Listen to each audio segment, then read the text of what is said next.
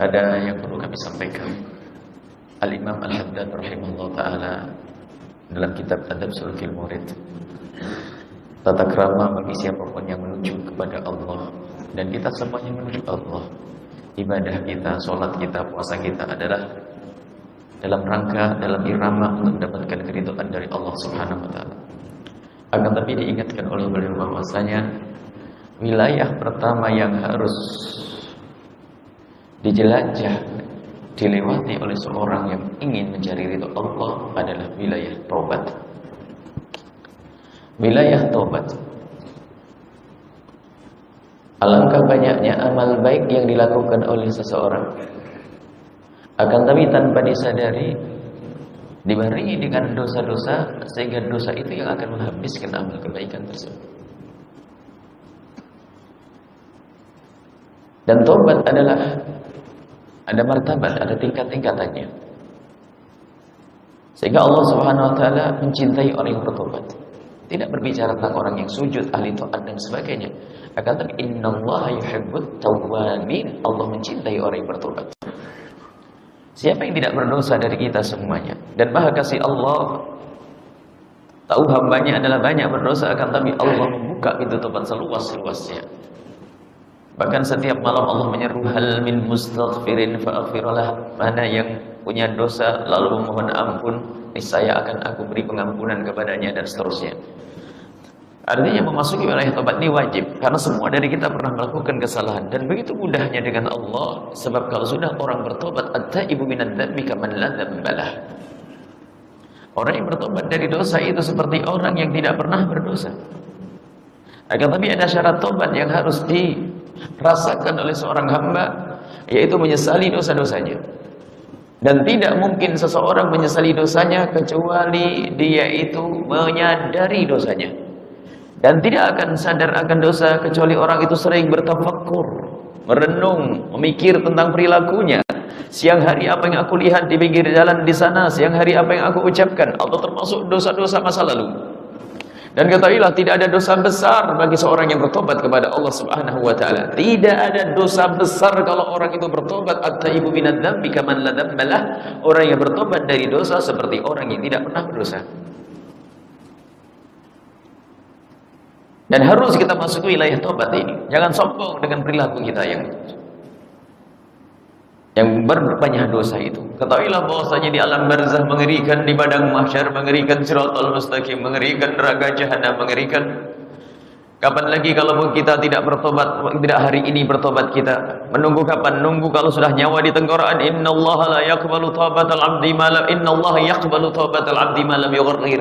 Allah akan senantiasa menerima taubat hambanya selagi belum nyawanya sampai tenggorokan. Kalau sudah nyawa di tenggorokan, tidak akan diterima oleh Allah Subhanahu wa ta'ala.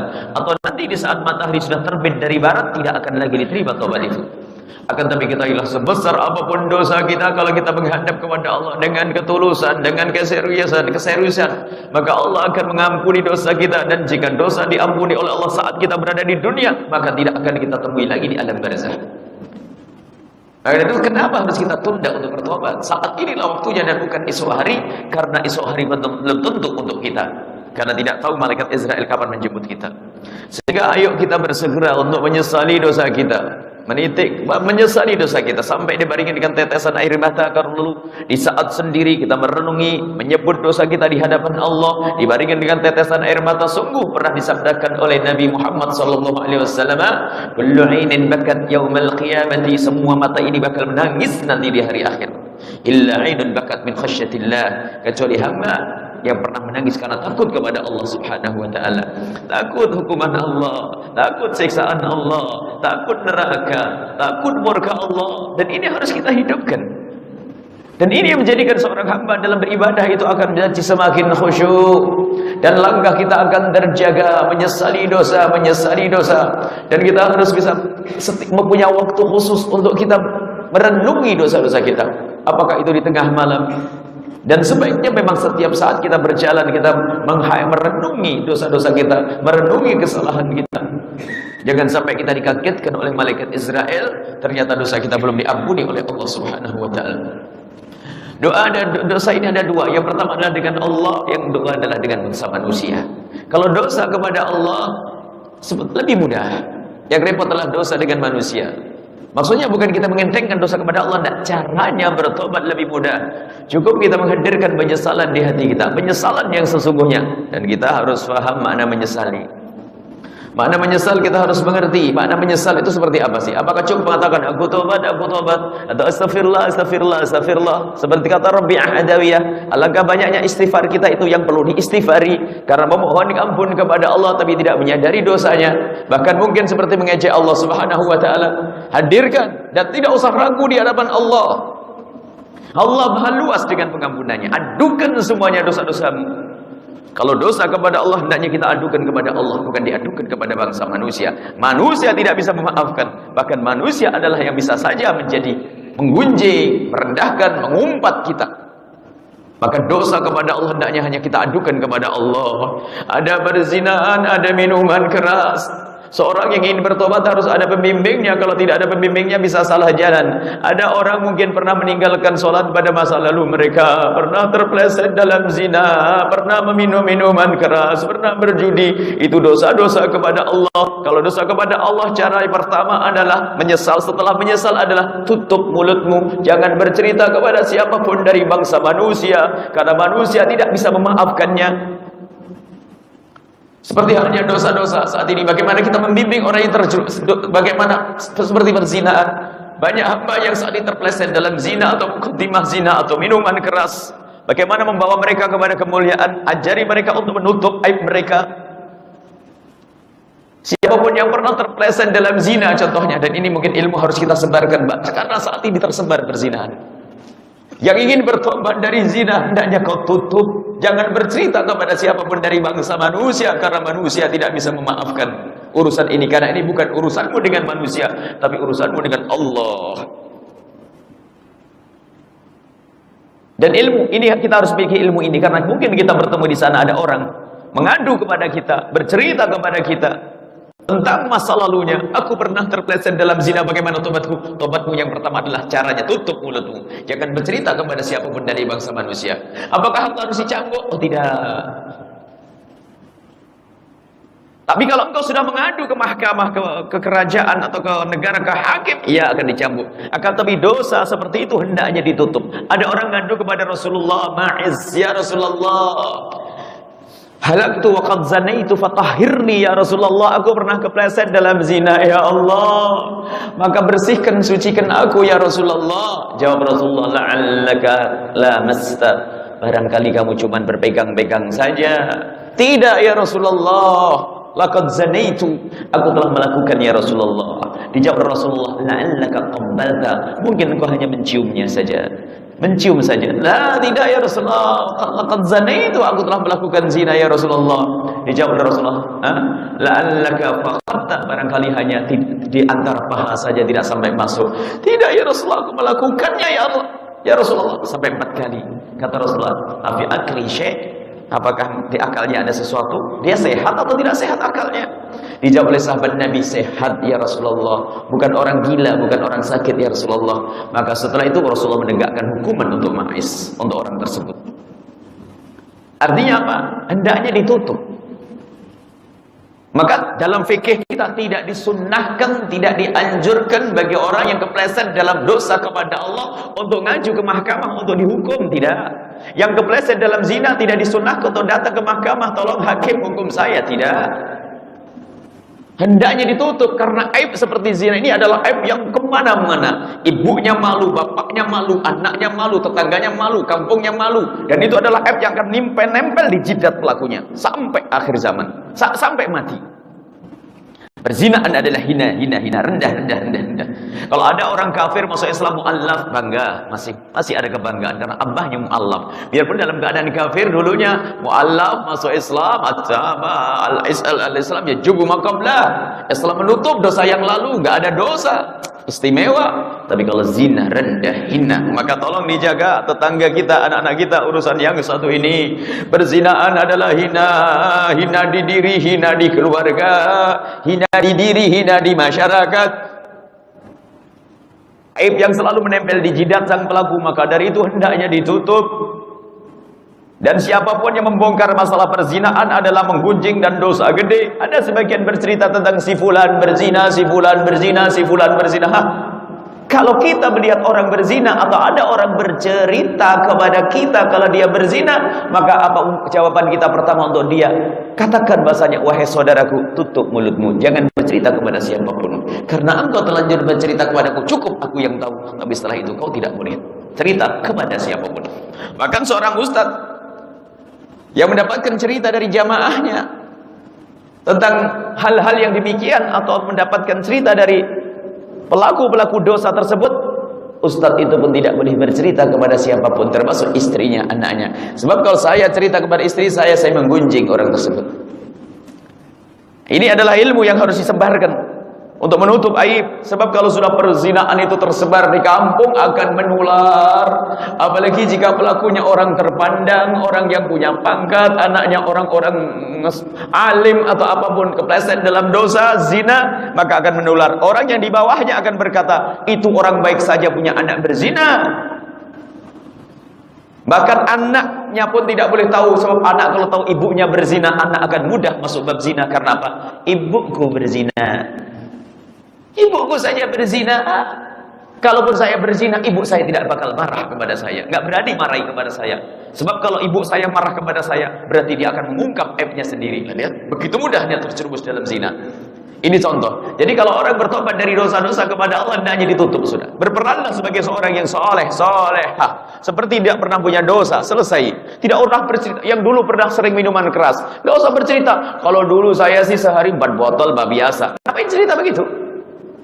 Kalau engkau tobat menyesal, tidak usah cerita kepada siapapun. Berperanlah sebagai seorang yang bersih, tidak punya dosa. Karena di depan manusia, yang harus kau jaga adalah dirimu sendiri dan keluargamu. Khususnya berzinaan itu. Kalau sudah orang bangga dengan zina, lihat. Kullu ummati mu'afa. Umatku itu akan aman-aman saja. Dosanya akan mudah diampuni oleh Allah, illal mujahiruna, dalam riwayat illal mujahiruna bizina, kecuali orang yang terang-terangan dalam zina, itulah yang menjadi bencana. Umatku aman-aman saja kecuali dia yang terang-terangan dalam zina. Bagaimana terang-terangan dalam zina? Apakah ada orang zina di halaman masjid atau di tengah pasar atau di perempatan jalan? Tidak. Tidak ada orang melakukan perzinaan semacam itu. Akan tapi yang dimaksud terang-terangan dalam berzina adalah melakukan zina di tengah malam, esok harinya bercerita kepada bangsa manusia. Ini loh orang yang terhinakan dan tidak diampuni oleh Allah Subhanahu wa taala. Bahkan mungkin ada musibah, naudzubillah. Semoga Allah menjaga anak keturunan kita dari zina. Ada musibah, mungkin ada orang hamil di luar nikah. Apa yang kita lakukan di saat menemukan anak gadis yang macam ini? Kita tutup aibnya. Jangan sampai tetangganya tahu, jangan sampai anaknya pun tahu kalau ibunya dari zina. Ini kerjaan besar. Dan para ulama harus berperan dalam hal yang semacam ini. Atau orang-orang terpandang, orang-orang kaya, menutup bagaimana agar masyarakat tidak tercemar, agar masyarakat tidak merendahkan dia, agar masyarakat tetap aman. Sebab kalau sudah perzinaan ada di satu kampung, maka yang lain akan nular. Jadi kalau misalnya ada satu orang hamil luar nikah sekalipun, ayo bagaimana kita? Apakah kita hijrahkan ke tempat yang lain atau kita bagaimana? Yang penting harus ditutup, jangan sampai ada yang tahu. Sampai dia kelahiran, ada pun anak nanti Allah diurus bareng-bareng semua. Akan tapi kalau sampai ini perzinaan disebar, apa yang terjadi di masyarakat? Dia sendiri menjadi berat tobat. Karena orang di kiri kanannya sudah mengetahui kalau dia berzina, sehingga bisa saja dia putus asa. Orang di kiri kananku, tetanggaku sudah pada tahu kalau aku berzina, kenapa aku tahan-tahan? Biarin deh, karuan sudah, terlanjur. Akan tapi lihat, pendidikan yang harus kita hadirkan adalah menutup aib. Menutup aib. Ketahuilah, menggunjing orang berzina dosanya, mengumpat orang berzina, menceritakan orang berzina seperti pelaku berzina itu sendiri. Karena menggunjing dosa besar, dan alangkah banyaknya seorang hamba mendengar cerita perzinaan dari tetangganya disebar ke sana kemari, alangkah banyak dosamu. Dan ketahuilah, itulah orang yang muflis, yang bangkrut, menceritakan tentang dosa-dosa orang lain. Dan kita menggunjing orang, artinya kita menghabiskan pahala kita dan mengurangi dosa orang tersebut. Kalau mengurangi dosa orang lain bagus, akan tapi kalau kita mengeluarkan amal kita dan menimbun dosa adalah musibah. Ini diantaranya pendidikan yang harus kita hadirkan. Jangan berbangga dengan dosa, jangan sampai masyarakat kita berbangga dengan dosa. Ini cara tobat kepada Allah. Yang pertama adalah menyesal, yang kedua adalah meninggalkan pekerjaan, yang tiga berjanji tidak mengulangi. Akan tapi khusus hal-hal yang semacam ini jangan diceritakan kepada bangsa manusia. Ada orang sudah tidak malah lagi berzina, melakukan berzina. Aku kemarin berzina dengan si A, si B, si C. Oh, rendah, hina, busuk. Bahkan ada di antaranya adalah seorang wanita. Ini pendidikan yang harus dihadirkan. Ada wanita mungkin kepleset dalam berzinahan. Kepleset dalam berzinahan, apakah dia diperkosa atau apapun bentuknya, tiba-tiba dia berzina. Kemudian setelah itu berjalan waktu dia ingin menikah. Karena kebodohan wanita tersebut, ya. Karena takut ketahuan kalau dia adalah sudah pernah berzina, atau bahasa lain sudah tidak perawan lagi misalnya. Sehingga dia berterus terang. Karena takut ketahuan, berterus terang, maka keterus terangannya itu adalah puncak kebodohan. Karena dosa kepada Allah tidak perlu disebutkan kepada siapapun. Berperanlah sebagai wanita yang solehah, seolah-olah tidak kenal itu semuanya. Cuma musibah kebodohan. Ini pernah terjadi suatu ketika di Indonesia sana ada seorang laki-laki dengan perempuan menikah dan suasana indah selama 6 bulan. Seorang laki-laki yang sangat baik, membahagiakan seorang istri, menyanjung istri, mencukupi kebutuhan istri, menyayangi sang istri, dan sang istri pun demikian mencintai seorang suami tersebut, mencintai sang suami. Cuman tiba-tiba sang istri menangis di pangkuan sang suami lalu berkata, "Abang, sungguh abang tidak, saya itu tidak layak untuk abang." Loh, kenapa? Abang terlalu baik. Biasa ada wanita yang merasa dibaiki oleh suaminya, tersanjung, lalu merasa dirinya rendah, lemah, merasa tidak pantas, lalu berkata, "Abang tidak pantas untuk saya." Ya, kenapa? "Abang terlalu baik, saya jelek, Bang." Enggak, kamu baik, kamu soleha. Kamu baik, kamu soleha. Kamu mengabdi baik. "Tidak, abang terlalu baik buat saya malu, Bang. Saya terus kepikiran. Kepikiran kemana? Kenapa? Karena saya tidak pantas buat abang." Pantas, kamu baik, kamu soleha, sayang. Bener, abang. Kalau saya berterus terang, abang apa masih bisa nerima saya? Kamu istri saya, ya jelas dong saya terima, kamu istri saya kok. Sambil nangis. Ngerayunya orang bodoh nih. Merayunya orang bodoh. Tahu merayunya? Merayunya anak bodoh. Aku menangis, "Abang bener, abang masih bisa nerima saya." Loh, kamu itu istri saya, bagaimana masalah aku terima atau tidak? Kamu istri saya, harus aku terima. "Tidak, abang, saya merasa ganjel di hati saya. Kalau tidak saya ungkapkan, kok saya seperti berdosa menyembunyikan sesuatu." Suaminya baru diam. "Ada apa sih, sayang? Ada apa? Abang tapi bisa nerima saya dalam keadaan apa?" "Ya, saya terima, kamu istriku kok." Sambil menangis, merayu, dipikir itu istimewa. Cerita abang sambil menangis di pangkuannya. "Dulu waktu saya masih sekolah di SMA lah, sekolah, saya pernah punya kawan dekat sehingga begitu dekatnya saya dengan orang tersebut sampai suatu ketika saya kepleset." "Kepleset apa?" "Saya melakukan apa?" "Melakukan zina." "Mohon maaf, Bang, itu saya merasa ganjil kalau itu tidak saya ceritakan kepada abang." Sang suami kayak disambar petir tuh, menangis dan dipeluklah sang istri itu, dirangkul, dipeluk, kemudian dilihat sang istri, lalu sang suami berkata, "Pulang kau." Dibuanglah sang perempuan tersebut. Dan wajar dibuang karena kebodohannya. Kenapa bercerita? Sudah ditutup oleh Allah, kenapa kau ceritakan? Ini loh banyak perempuan bodoh kayak begini nih. Sudahlah, berperan pasti ke wanita soleh, Allah Maha Pengampun, selesai. Yang penting kau menyesal dalam hatimu, menangisi dosamu, tidak usah cerita. Dibuang, setelah itu 6 bulan dibuang, dikembalikan. Maka tidak usah bercerita tentang masa lalu yang buruk. Apakah itu laki-laki atau perempuan, tidak usah bercerita tentang masa lalu yang buruk. Sebenarnya Pak, cerita panjang tentang bab taubat ini, belum nanti taubat kepada manusia seperti apa. Insya Allah pertemuan yang akan datang kita akan berbicara lagi tentang taubat. Taubat yang sempurna. Ini hanya mukaddimah bagaimana kita harus berbicara tentang taubat, karena ini penting. Kita merenungi kalau dosa kepada Allah jangan ceritakan kepada siapapun dari bangsa manusia, termasuk perzinahan. Dan tidak cukup kita menutup aib kita, akan tapi bagaimana kita punya program menutup aibnya orang. Orang berzina kita tutup, jangan sampai ada orang tahu, karena akan menular penyakit tersebut. Minuman keras dan sebagainya. Ada orang tidak melakukan salat pada masa lalu mereka, kita ajari untuk bertobat. Ini urusanmu dengan Allah, banyaklah beristighfar. Banyak kita menemukan orang-orang yang kepleset dalam zina itu, ya karena kebodohannya wanita-wanita. Bahkan seorang laki-laki bercerita sama-sama terang-terangan, "Saya dulu juga pernah berzina." Akhirnya sama-sama berzina. Padahal itu menjadikan sebab apa? Sebab tertanam sesuatu kecurigaan yang tidak pernah berhenti itu nanti. Sebab apa? Mau tidak mau, jangan-jangan karena kebodohan. Akan tapi bagi siapapun, naudzubillah, semoga Allah menjaga keluarga kita. Bagi siapapun yang sudah menemukan, ini sampaikan kepada siapapun, pasangannya yang karena kebodohannya tersebut lalu berterus terang tentang masa lalunya, jangan dibuang, karena harus ditolong. Sebab kalau sudah orang bertobat, mungkin dia adalah orang bertobat, cuman memang tidak boleh kita bercerita. Kalau kita punya dosa masa lalu, dosa kepada Allah, jangan diceritakan. Akan tapi jika ada orang yang terlanjur bercerita kepada kita, maka katailah jangan sekali-kali merendahkan.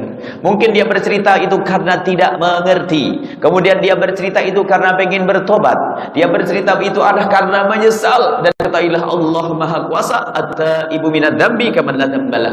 Orang yang bertobat dari dosa seperti orang yang tidak pernah punya dosa. Maka ini kunci tobat dosa-dosa kepada Allah, hendaknya ditutup.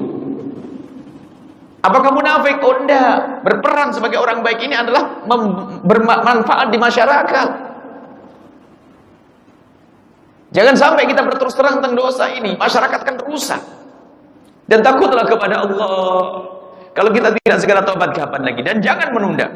Bahkan siapapun yang masih berada di kubang kehinaan, rizkinya masih haram urusan dengan riba, ataupun dia masih sering melakukan dosa, jangan ragu menghadap kepada Allah untuk dientaskan dan diangkat daripada dosa tersebut. Yang penting jangan merasa kita ini aman, nyaman dengan dosa yang kita lakukan. Naudzubillah.